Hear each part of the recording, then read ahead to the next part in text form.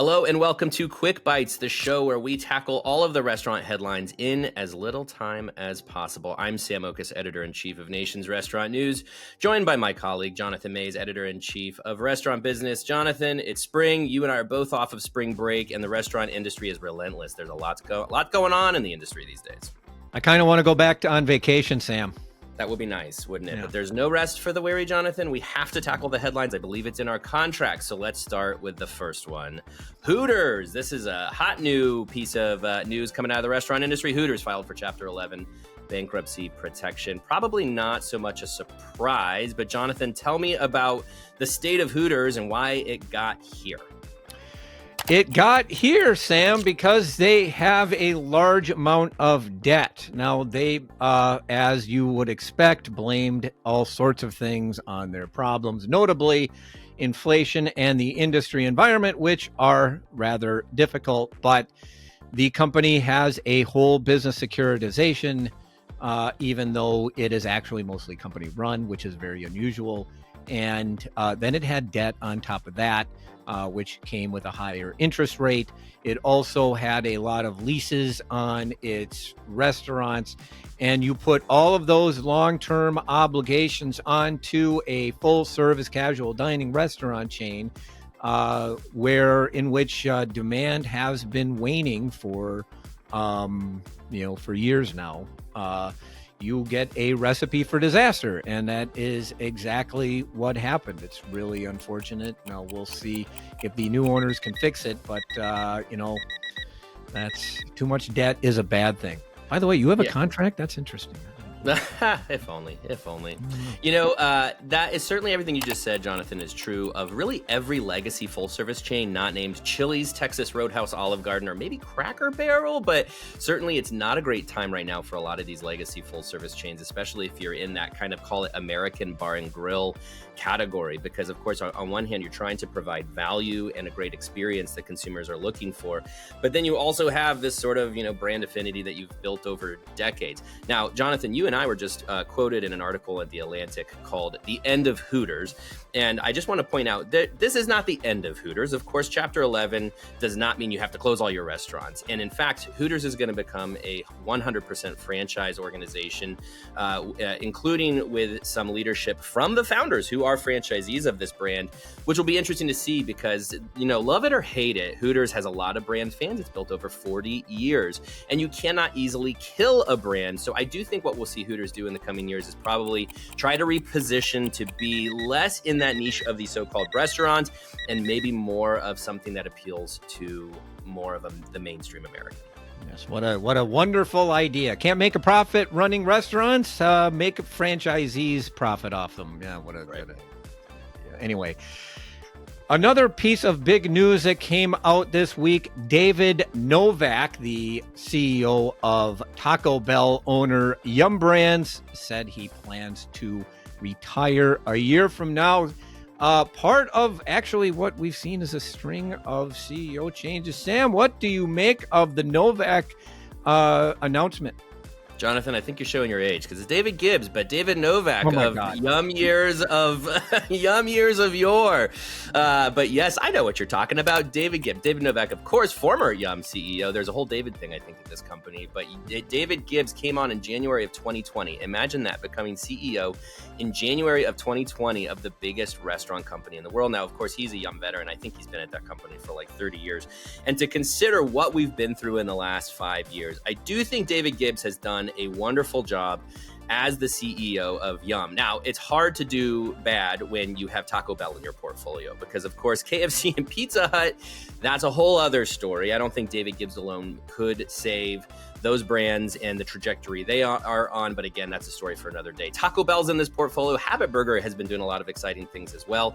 And regardless, again, Yum is one of the largest restaurant companies in the world. And I think David Gibbs has been a really solid leader. Now, Jonathan, this is on trend with a lot of other CEO transitions of late. In fact, just yesterday, we got a bunch of CEO announcements. Joe Hummel of Twin Peaks announced his resignation. David Gibbs, Lance Tucker becomes permanent at Jack in the Box. Is something bigger going on here than just the David Gibbs news? The David Gibbs news. Thank you for correcting me on that one, Sam.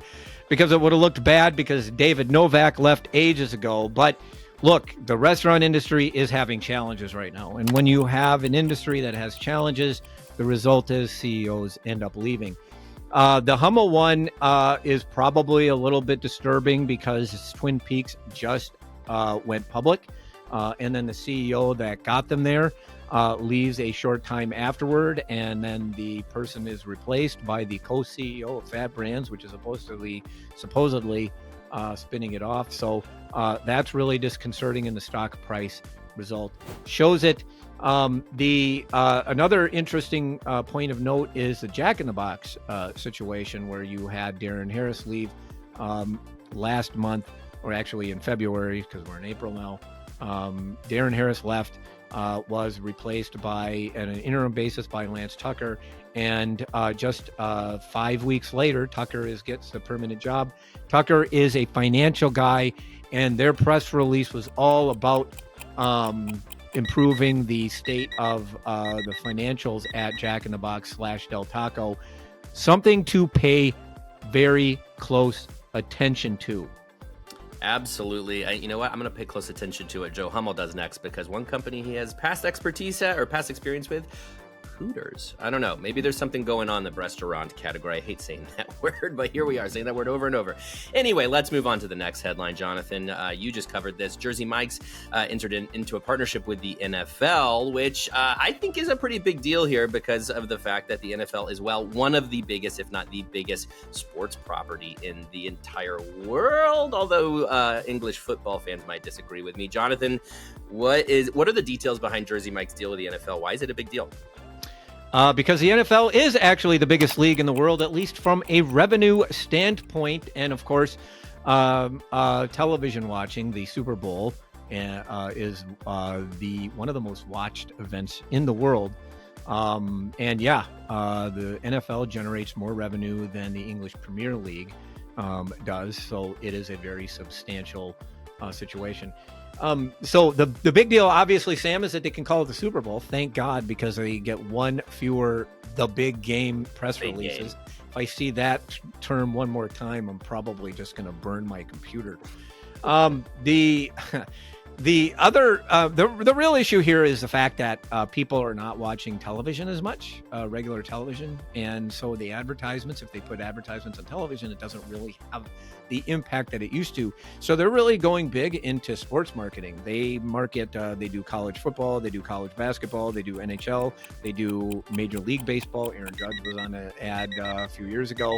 So now they get the NFL. So that could be some really interesting for them and could help them grow.